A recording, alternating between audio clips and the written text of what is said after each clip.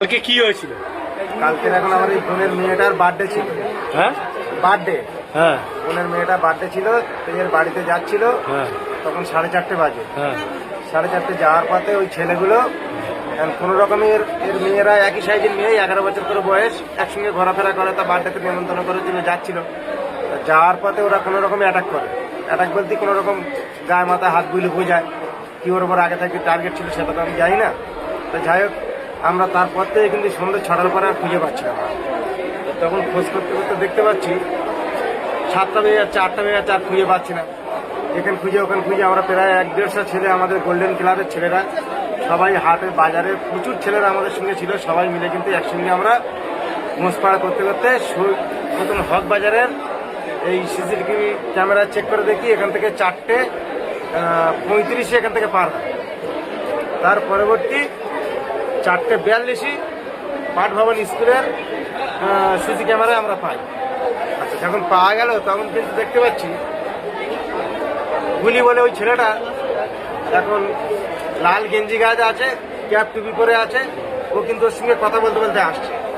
কথা বলতে বলতে আসতে আসতে আমার আর একটা ছেলে রাজু বলে একজন আছে, তার কাছে ফটাং করে চলে গেল। আমরা কিন্তু তখন আমাদের সন্দেহ হচ্ছে, কোনো রকম ক্যাপ টুপি পরে আছে, আমরা কিন্তু আর বুঝতে পারছি না কে ছেলেটা। কিন্তু এই রাজু হাফ প্যান্ট করেছিল, ওকে বুঝতে পেরেছি আমরা।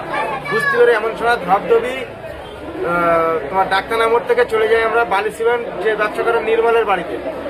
নির্মলের বাড়িতে গিয়ে নির্মলকে জিজ্ঞেস করলাম, দাদা এই ছেলেটা তো চেনা লাগে, এই ছেলেটা কি চেনো? বলছে হ্যাঁ, ও তো রাজু। তাই বলছি ওই ছেলেটা কি যোগাযোগ করে যাবে? তখন রাত 3:30 বাজে, তখন আমরা যাই ওই ধবধবি ডাক্তারনা মোড়ে। নির্মল এখন ওর সঙ্গে আমাদের যোগাযোগ করে দেবে। যোগাযোগ করে দিলে রাজুর সঙ্গে কথা বললাম। রাজু বললে হ্যাঁ, ও তো গুলি কাঁতিপাড়ায় বাড়ি, ও পাত্রে এসে আমার সঙ্গে কথা বলছে।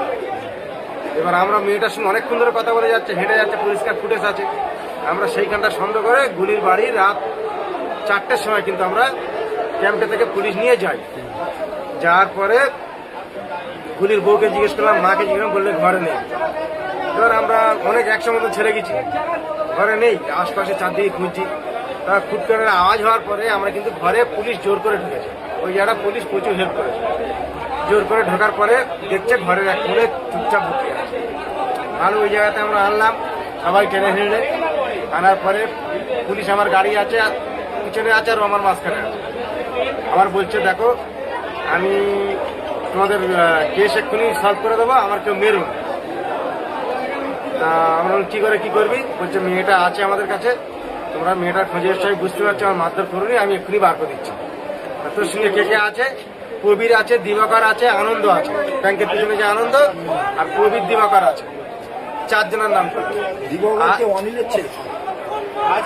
তাই এইবার 4 জনের নাম করার পরে আর কে আছে?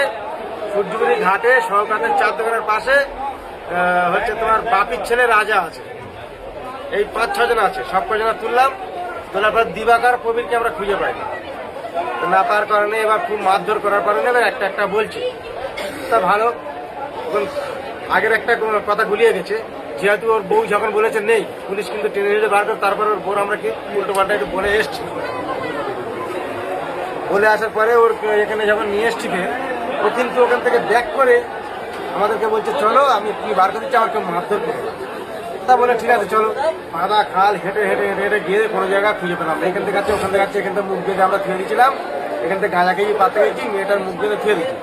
তারপর খুব মারার পরে এইবার বলছে না, তোমার মেয়ে সুস্থ আছে, আমরা ম্যাগি করে দিয়েছি, ম্যাগিটা খাচ্ছে। আর বলছি সুস্থ আছে তুই রে, এখন সকাল 5টা 1টার পরে বলছি মানে। এবার সবাই মিলে বললো তাহলে তুই কি বার করে দিবি? বললো আমার একা নিয়ে চলাই বার বলে আমরা কিন্তু আলিপুরের ভিতরে সুরাজ ভাটা হয়ে ওখানে যাচ্ছি অনিলের দিকে থাকে, যেদিকে একটা চওড়া মতন জায়গা। বাড়ি থেকে কত দূর? বাড়ি থেকে কত দূর? আমার বাড়ি থেকে 1 কিলোমিটার। ওখানে পুকুরে পাওয়া ছিল? পুকুরে গিয়ে দেখি চটের বস্তা মুখের ভেতর ডুবে দেওয়া ছিল। আচ্ছা, কি ধর্ষণ করে মেরেছে? ওটা আমি ঠিক দেখিনি, যদিও আমি ওইখানটা ভেঙে পড়েছিলাম আর দেখতে পাইনি। তবে দেখতে শুনলাম আমার যতটুকু আইডিয়া স্যার, তোমার মেয়ে কোন ক্লাসে পড়ে? 6-এ পড়ে, ক্লাস 6-এ পড়ে। ঠিক আছে, নাম কি? তোমার নাম কি? আমার নাম নাসিরুদ্দিন লস্কর। হ্যাঁ, আমার নাম নাসিরুদ্দিন লস্কর, মেয়ের নাম রিমা লস্কর।